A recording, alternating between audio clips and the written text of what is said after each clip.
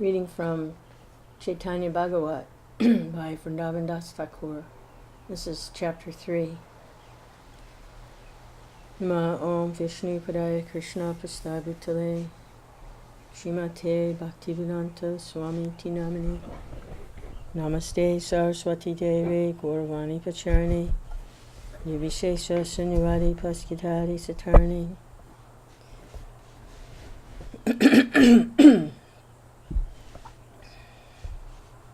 Hearing and chanting. Hearing and chanting. I really don't know what else to do at this point. Let's hear and chant. If it was good enough for Maharaj Parikshit Sukadev Goswami, it should be good enough for us. So,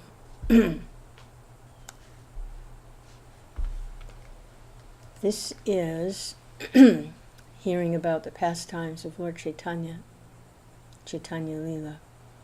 And this is the Adi-Khanda, chapter 3, and it's entitled Lord Chaitanya's Horoscope. And this Chaitanya Bhagavata has been written by Vrndavana Thakur, who was a very gifted musician also. So every now and then, as we're reading along in the verses, there's a song here. So he's composing songs as well as verses in his devotional glorification of the Lord's pastimes. So chapter 3 of the Adi-Khanda starts out with a song. Look, there's Lord Chaitanya's marketplace, where he sells the jewels of prema, love for Krishna. From the first moment of his descent into this world, the Lord preached the Hari Sankirtan movement. Seeing that an eclipse had darkened the four directions, the people running to bathe in the Ganga chanted Hari. And that is the end of the little song. And now the verses begin. Persons who had never in their lives spoken the names of Lord Hari, now chanted Hari as they ran to bathe in the Ganga. When the 10 directions were thus filled with the sounds of Lord Hari's names, he who is the jewel of the Brahman smiled and descended to this world. Gazing at their son's beautiful face, Sachi and Jagannath became filled with bliss. What rituals should we perform? We do not have anything. Hurrying there, the ladies of the village exclaimed, Jai, Jai. All the relatives hurried there, and Jagannath's home was filled with happiness. Sachi's father, the great Brahmin Nilambar Chakravarti, gazed at the infant boy's wonderful horoscope. Filled with wonder as he gazed at the infant's handsome form, Nilambar Chakravarti said, This child has all the signs of a great king. There's a prophecy that says, one day a Brahmin will be king of West Bengal. Perhaps this boy will be that king. In time we will know if this boy is indeed that person. Then Nilambar Chakravarti, who was a great Brahmin astrologer, began to describe the infant boy's horoscope.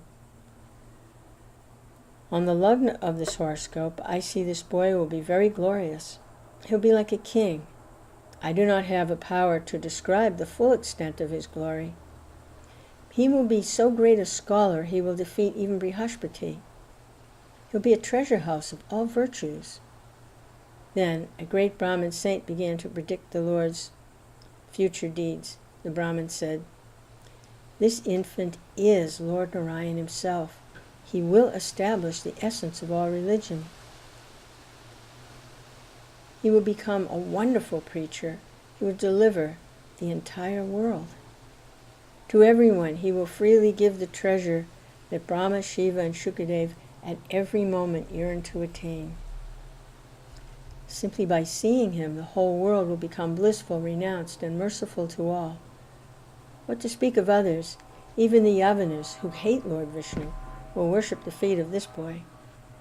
His glories will be sung in countless universes. Everyone, from Brahmins to children, will bow down before him. He will be Bhagavat Dharma, devotional service personified. He will be a great saint. He'll be devoted to the demigods, Brahmins, and Gurus, and also to his mother and father. As Lord Vishnu descends to this world to establish the true religion, so this infant will also teach the true religion. Who has the power to explain the auspicious signs on this boy's horoscope? Oh, Jagannath Mishra, you are very fortunate to have such a son. I bow down before you. I am fortunate to read this infant's horoscope. His name will be Vishwambar. The people will call this boy Navadvipa Chandra, the moon of Navadvip. Please know that he will be spiritual bliss personified. Because that Ras would have brought unhappiness to the Lord's parents, the Brahmin said nothing about the Lord's acceptance of sannyas. Hearing these descriptions, Jagannath Mishra became wild with bliss. He wished to give a gift to the Brahmin. Jagannath Mishra, who was very poor and had nothing to give, touched the Brahmin's feet and wept tears of joy. The Brahmin touched Jagannath Mishra's feet and also wept. Everyone happily exclaimed, "Hari, Hari!" Hearing this auspicious transcendental horoscope, all the relatives exclaimed, "Jai, Jai!" Then musicians played mridangas, shanais, and flutes, making music without end. Unnoticed, demigods and demigoddesses mingled with the human men and women. Touching the Lord's head with auspicious durva grass in her left hand, Goddess Aditi, the mother of the demigods, declared, "May you live long." When she smiled and said, "May you live long," these words meant, "May you be manifest on earth for a long time." Sachi could see that these ladies were very wonderfully beautiful. Still, questions about their identity did not enter her mouth. The demigoddesses touched the dust of Sachi's feet. She was overcome with happiness. No words came to her mouth. Neither Lord Ananta nor the Vedas personified had the power to describe the bliss that filled Jagannath Mishra's home.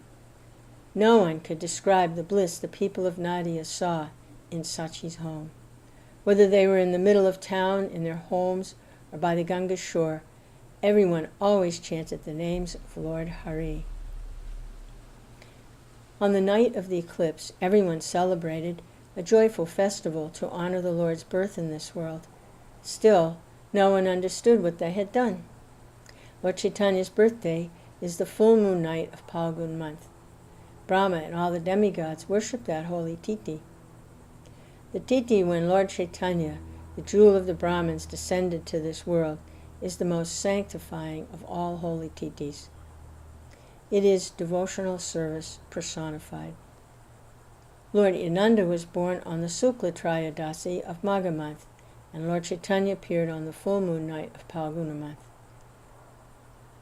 These two holy Titis are the most auspicious and glorious of all holy days. A person who observes these holy days breaks the bonds of illusion and attains Krishna Bhakti, devotional service to Krishna. As the Lord's appearance day is purifying, so a Vaishnava's appearance day is also purifying. A person who hears the description of Lord Chaitanya's appearance in this world never again suffers. Never again will he die. Never again will he be born in this material world. A person who hears the topics of Lord Chaitanya attains devotional service. He comes with the Lord each time he descends to this world. The Adi-Khanda, which describes Lord Chaitanya's descent into this world, is very beautiful to hear. These pastimes are not manifested only once. The Vedas explain the Supreme Lord appears and disappears again and again in this world. I do not see any beginning or end to the descriptions of Lord Chaitanya. What, by his mercy, I have understood, I'll write about in this book. I offer my respectful obeisances at the feet of Lord Chaitanya and his devotees. I pray that my offenses will be forgiven.